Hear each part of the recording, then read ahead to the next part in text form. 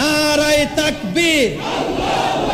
উনি স্বেচ্ছায় সজ্ঞানে হাজার হাজার মুসল্লিয়ানে কেরামদেরকে সাক্ষী রেখে নিজেই তিনি ইসলাম কবুল করতে চায়। বলেন আলহামদুলিল্লাহ। সবাই আমার এই ভাইয়ের দিকে একটু তাকান। উনি কয়েকদিন আগেও কি ছিলেন? খ্রিস্টান।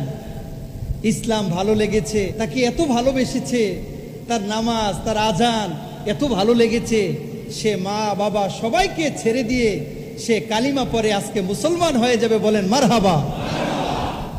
সে এভিডেভিট গণপ্রজাতন্ত্রী বাংলাদেশ সরকারের যে নিয়ম, সেই নিয়ম মেনে কাগজপত্র নিয়ে এসেছেন। বলেন আলহামদুলিল্লাহ। সে তার নামও একটা চয়েস করেছে, হৃদয় মিঞ্জিয়ার নাম রাখবে না, তার নাম আজ থেকে উমর ফারুক। বলেন মারহাবা। আরো জোরে বলেন না মারহাবা।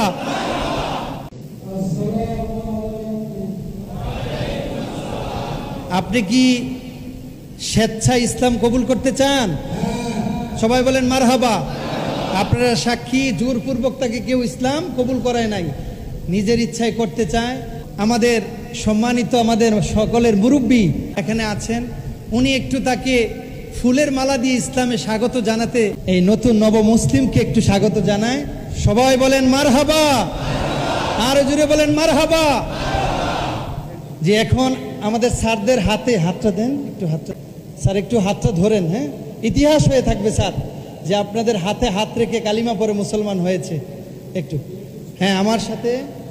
জি জি, আমাদের এই ভাই উমর ফারুক এখন কালিমা পড়বে। আপনি পড়েন আশহাদু আল্লাহ ইলাহা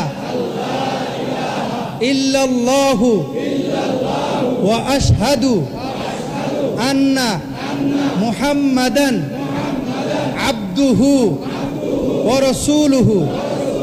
আমি সাক্ষ্য দিচ্ছি আল্লাহ ছাড়া কোনো মাবুদ নাই, কোনো উপাস্য নাই, কোনো ইলাহ নাই, এবং আমি আরো সাক্ষ্য দিচ্ছি হযরত মুহাম্মদ সাল্লাল্লাহু আলাইহি ওয়াসাল্লাম আল্লাহর বান্দা ও প্রেরিত রাসূল।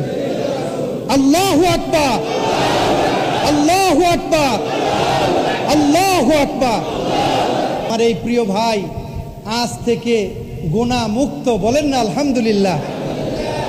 ওনাকে পুরস্কার তুলে দিচ্ছেন আমাদের প্রিয় স্যারেরা। সবাই বলেন আলহামদুলিল্লাহ। আমার ভাই উমর ফারুক, ওনার জন্য দোয়া করবেন, সমস্ত বিপদ আপদ থেকে যেন আমার ভাইকে আল্লাহ হেফাজত করে। পড়ে না আমি। আমার আর আপনার গুনাহ আছে না নাই? কিন্তু কেউ যদি গুনাহ মুক্ত একজন মানুষ আজকে দেখতে চায়, সে যেন উমর ফারুক ভাইকে দেখে। বলেন মারহাবা। আপনাদেরকে অনুরোধ করি, যাওয়ার পথে মুসাফা করে যাবেন, গুনাহ মুক্ত একজন মানুষ। আমার ভাই আমাদের জন্য দোয়া করবেন।